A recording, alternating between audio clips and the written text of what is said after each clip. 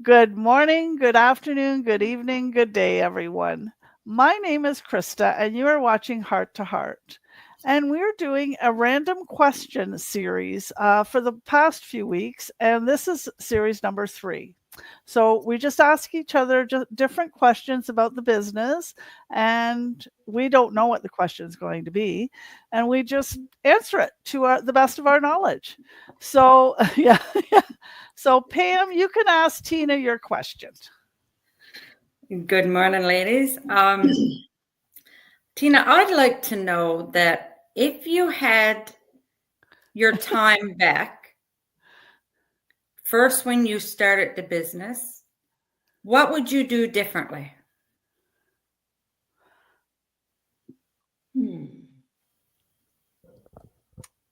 I definitely would have followed the steps because there were steps that I even had to do this a while back. I had to backtrack because I had missed some steps. So having my time back, I would definitely don't skip any steps. And they've always said that to us right from the beginning. Don't skip anything. Follow the training as it's laid out. So, yeah, that. Thank you. Girl after my own heart. I still go in and I'm like double checking all the time. When I go in, I'm just like double checking, making sure I've got everything done. Yes. Yeah. Thank you. And that's the beauty of our training. We can go in 24/7, right? Whenever we like to, and review what we want to whenever we want to, right? So that's the awesome part of it. Yeah. Okay, Tina, you can ask me your question. I have it right here. Okay. Have you ever found yourself neglecting self-care while building your business? What did you learn about balance and burnout along the way so far? Oh, yeah. Well, absolutely, especially when you first start because you're so excited, right? You're just in there and you're just doing everything. So you're just not doing anything else other than the business. At least that's what happened to me. And because I was so excited to get started. But then, yes, as you say, other things start to go by the wayside and you start feeling really dragged out and you think, oh, what's the matter with me? You can't move because you haven't got up from your computer. You're like stiff and it's like, uh-oh, I've got to start doing something here and bring balance back in. And they have a few of those things in our training about balance and bringing balance into your business. Like your health and well-being is so important because your without that you don't have a business. Without your health and well-being you don't have your business. So you really have to be mindful when you come in. Take time for your health and wellness. Take time for your business. Take time for your family and friends because that's important too, social. And if you already have a job, then you have to obviously do that as well. So it's all about balance. And if you need time off and time for yourself and to do nothing, that's okay because sometimes nothing is okay. And that's when you get your best inspirations and best ideas for your business when you're doing nothing. And then you get this idea and you think, oh, that's a great idea. But you had to be doing nothing to get that idea. So it is all about balance.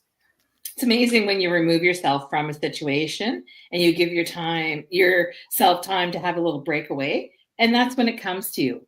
I've had that happen so many times where I've been like struggling with something and I'll walk away from it for a bit and then poof, it comes. And then I'm like, where's my pen? Where's my pen? Yeah. Yeah. You have to let the silence come in. But yeah, you got to stop and breathe and take that time. Yeah, for sure. Balance is key. Okay, Pam, now it's my question for you. Okay, so in our community, we have many millionaires. We have, of course, the two founders who are millionaires, and then there's some under them. And then we are, of course, on our way to being millionaires.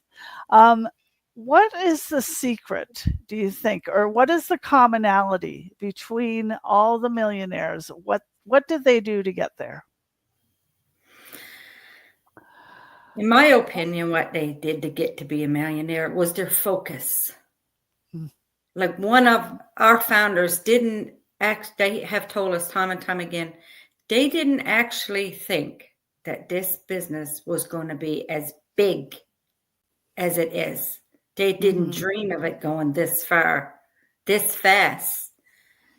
One of the other millionaires in our business, we heard that she locked herself in the room and she built her business while she was in that room, and she didn't come out until she was satisfied at the position she was in.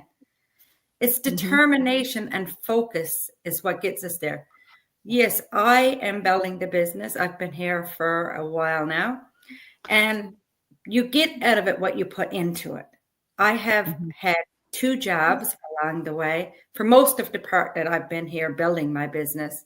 Recently, one of my jobs is gone. I only have 1 job now, and that's part-time. So I have a little more time to build my business. But a lot of it is the focus and determination.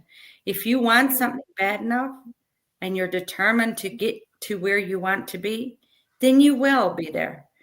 A lot of it is not comparing yourself. Like, I don't compare myself to anybody that's there. Yes, sure, it's human nature to think, oh, I wish I was there, or I wish I had that, but that's only human nature. And I know in reality that it is all mine. And all I have to do is stay focused and get to where I want to be. Thank you, Pam. And you're so right. Like, everybody's journey is different and their own. So focusing on your own journey and not everybody else's is key. And I agree with you as far as the millionaires and the focus, like being laser focused on their goals and where they wanted to be. Yeah, I think that's definitely a commonality.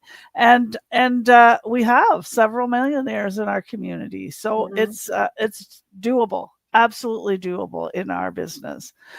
Well, there you go, everyone. I hope you enjoyed our discussion today and it brought you some food for thought. If you're interested in doing something different and bringing some creativity into your life and doing something different, just send us out a message and we will be more than happy to send you the link to get you started. Take care, everyone, and have a wonderful day.